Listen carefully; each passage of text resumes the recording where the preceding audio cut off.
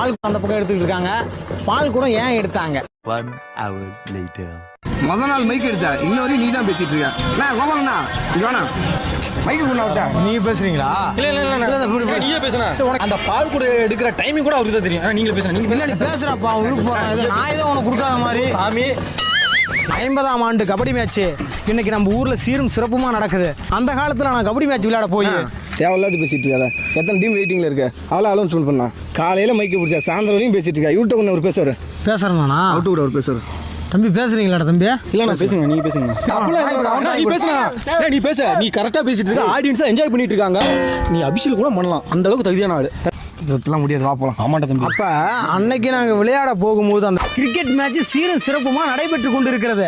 அதுக்கு முன்னாடி நான் ஒரு விஷயத்தை பதிவு செய்ய விரும்புறேன். என்னடா சவுண்ட் கேட்கல?